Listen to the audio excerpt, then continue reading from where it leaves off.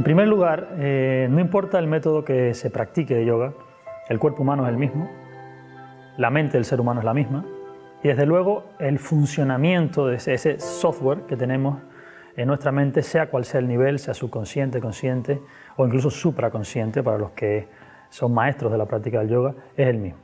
Está totalmente descrito en el Yoga Sutra y se podría, digamos, traducir a los occidentales de una forma simple como la precisión, la percepción y la integración, que son los tres elementos fundamentales o pilares sobre los cuales se debe sustentar una buena práctica de yoga. Ya repito, no importa si son principiantes o son experimentados y tampoco importa el método que se practique. ¿Por qué? Pues muy simple. La precisión es lo que permite discriminar si la sensación de diferencia que se produce entre los hemisferios del cuerpo, entre la banda derecha e izquierda o en la cara frontal y posterior, se produce por una mala postura, es decir, que es imprecisa la postura, o porque esa diferencia es inherente a nuestro cuerpo.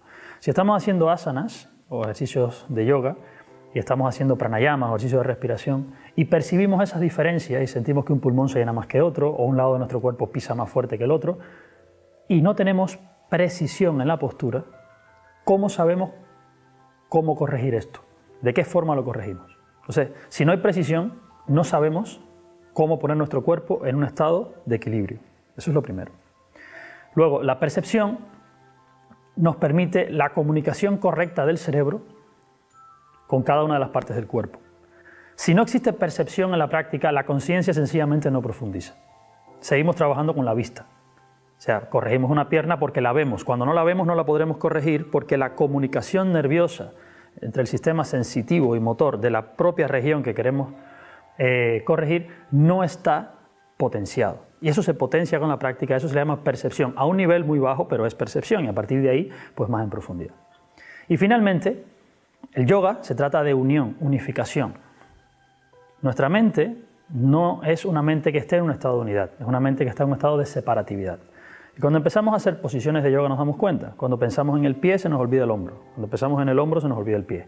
Es decir, la mente salta del pie al hombro o del hombro a la pierna o al vientre según el foco de atención se mueva. Y entonces esto es imposible que nos conduzca a un estado en el que la mente por sí sola engloba el punto de atención o el foco, engloba todo el área de la idea que se quiere trabajar y se llega a estados que se conocen como concentración o sencillamente abstracción sensorial, que es pratyahara o meditación. Es imposible acceder a estados de conciencia de ese tipo si trabajamos sobre una mente separativa. Así que la integración, probablemente el más importante de esos tres pilares, es el que permite que el estado de conciencia varíe y el asana madure, que no importa que llevemos 20 años practicando. Si no hacemos las cosas de esta manera, el estado de conciencia, que es para lo que el yoga está diseñado, la mejoría de ese estado de conciencia y la evolución, no se produce.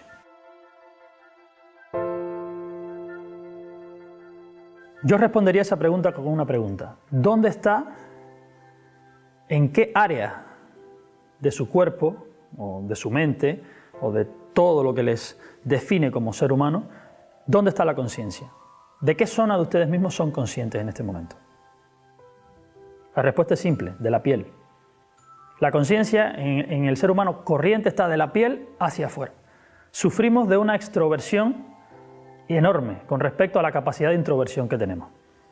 Nos hemos hecho a imagen y semejanza del ojo. Nuestra mente depende directamente del ojo. Somos altamente audiovisuales en este momento. Nuestra práctica depende del ojo. Por eso, cuando hacemos una posición, y todos los principiantes me lo preguntan siempre, ¿podemos poner un espejo para saber si estamos bien? Eso me lo preguntan a diario. ¿Se lo pueden poner? Lo que pasa es que mientras más espejos usan, mientras más siguen usando el ojo, más debilitan el resto de los canales sensoriales del cuerpo, que son los que van a dar la propiocepción. Esa propiocepción del cuerpo es la que genera la percepción directa, o sea, la conexión directa, como una DSL, como Internet, entre el cerebro y cada célula del cuerpo, y no entre el cerebro y el ojo, que le dice al cerebro lo que está pasando en el resto del cuerpo, que es lo que está pasando a día de hoy.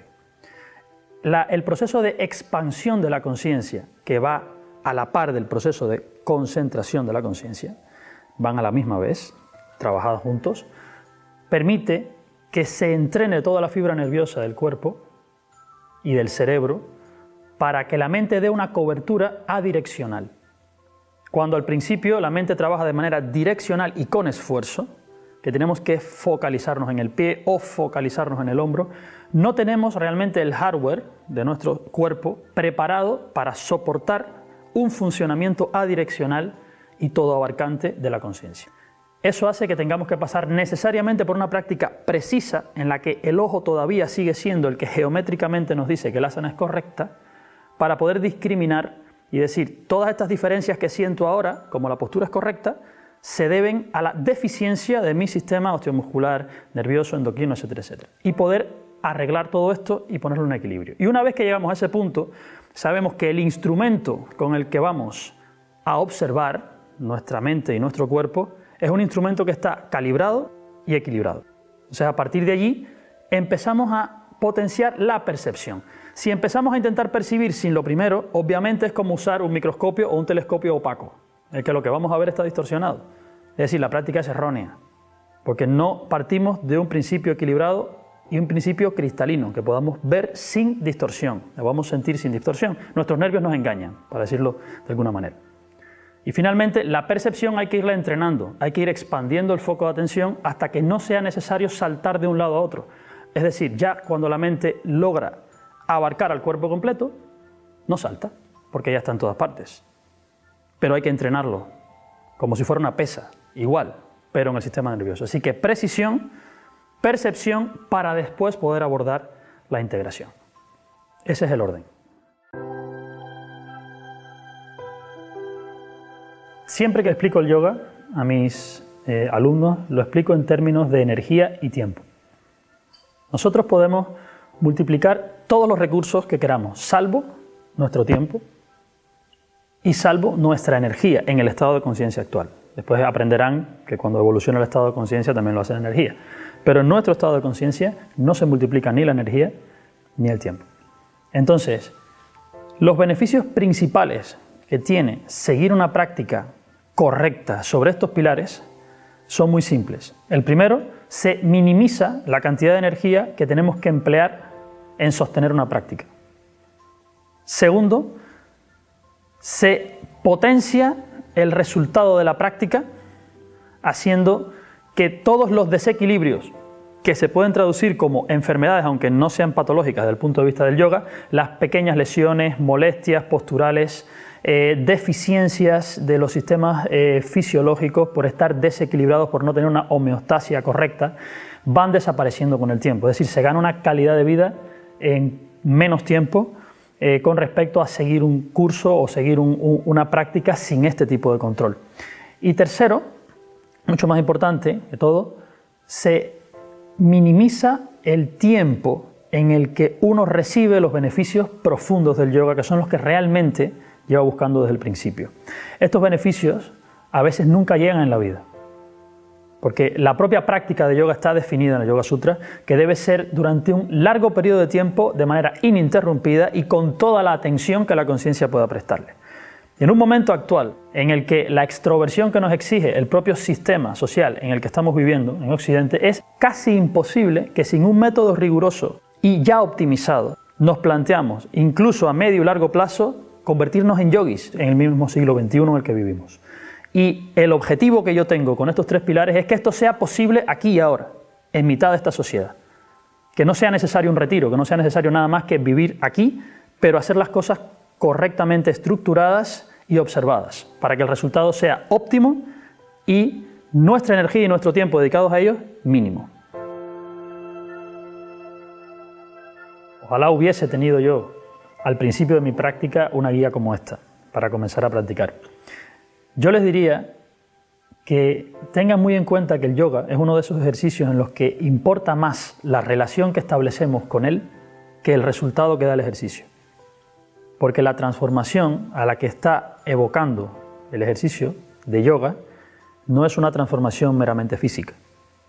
Por eso es un ejercicio que no es cuantificable únicamente en resultados de elasticidad o fuerza o equilibrio corporal. Como lo que se está dando en un ejercicio de yoga tiene un impacto profundo que llega al propio foco de atención de la conciencia y llega a nuestro estereotipo dinámico de conciencia, que es nuestro carácter, yo les pediría que, sin olvidar la meta, que es, por supuesto, el aumento de la calidad de vida, les diría, no pierdan tiempo, no gasten o hagan esfuerzos inútiles.